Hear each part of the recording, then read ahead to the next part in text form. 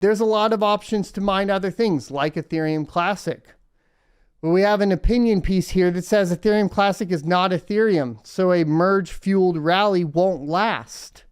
It's unlikely Ethereum Classic has any long-term viability despite interest by miners, according to analyst Tom Dunleavy. I think that's how we pronounce it. Crypto miners have been showing increasing interest in Ethereum Classic because the Ethereum blockchain is in the process of moving from an energy-intensive proof-of-work system to a proof-of-stake system, which removes miner incentives. The process is known as the merge. Ethereum Classic, whose token is ETC, is an offshoot or fork of Ethereum. It's a fork.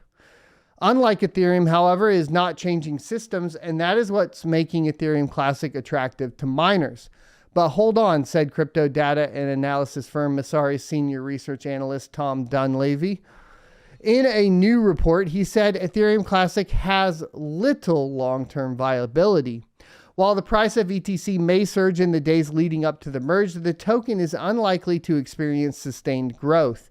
Ethereum mining currently makes up 97% of graphics card processing unit mining revenue and has a daily revenue of $24 million, according to Messari.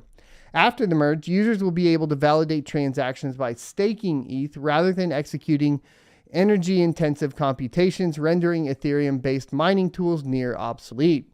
Miners will be forced to either sell their equipment or switch to mining ETC, which currently makes up 2% of the GPU mining revenue, and that's about $700,000 in daily revenue, according to Messari. This significant gap in profitability means that even if a meaningful portion of miners migrate to ETC, mining difficulty will increase drastically and render many miners unprofitable. We've been talking about this for a long time. ETC rallies over 30% last week after the Bitcoin mining pool Antpool invested $10 million for development and exploration of Ethereum Classic mainnet applications. However, Messari wrote that ETC has a history of price spikes when it shows up in crypto headlines, so its current surge is not representative of the network's long-term growth.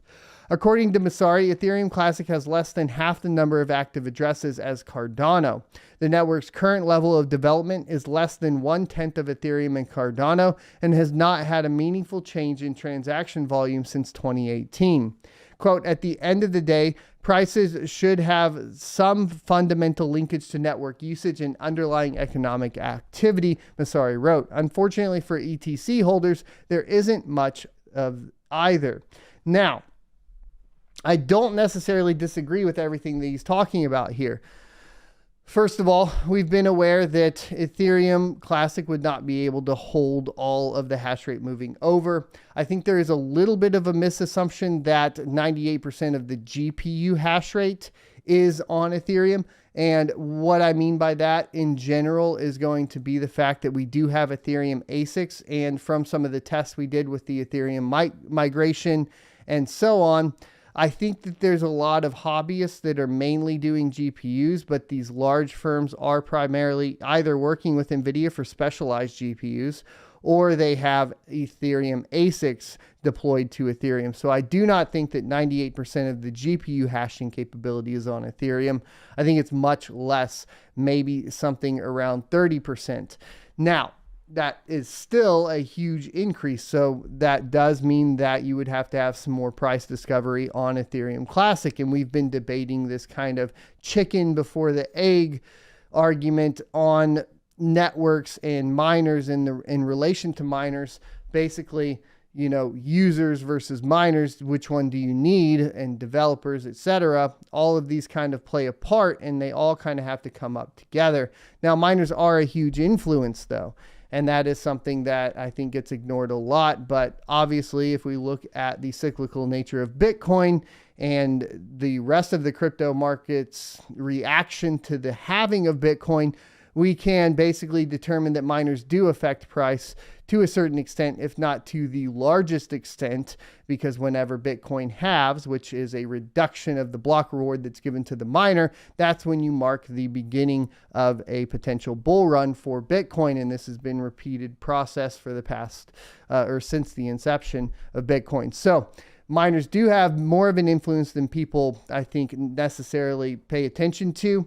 That being said, of course, still miners on the GPU market are a little bit less likely to continue. And the reason for that is a lot of miners that are in the GPU market in general, from what I've seen, are going to be the hobbyist miners, and they're getting priced out very, very quickly with the increased electricity costs, which means the price discovery has to be there.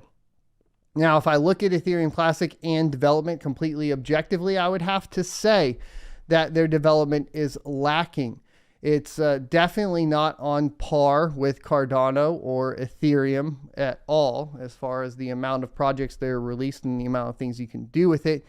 And I would even say it's not even on par with a much smaller coin like Ergo, which is also proof of work for GPUs, and has been releasing new updates and basically new dApps and all of that consistently. So Ethereum Classic has a lot of work. Yes, there are some auction houses coming out. There's some NFT projects on Ethereum Classic and so on, but there's not a lot being done. How does that change though? Because that's the big question, right? So what would change Ethereum Classic to actually see development? And that's a pretty easy answer actually. And that would come down to Ethereum in general failing during the merge. And why would that be, right? Well, it's because Ethereum Classic is very close to compatibility with Ethereum. So if you have one chain that's running, right, and that chain goes down and developers are looking to migrate to something, it is very likely that they would migrate to something that is easy as from a compatibility standpoint, and that could be Ethereum Classic. So there's that light at the end of the tunnel for Ethereum Classic. Thanks for checking out this clip from the Crypto Mining Show. You can check out the full episode here or more crypto content down here. Also, I'd like you to check out my locals page at sonofatech.locals.com, where you can become a member for free or choose to be a $5 a month supporter that unlocks additional content.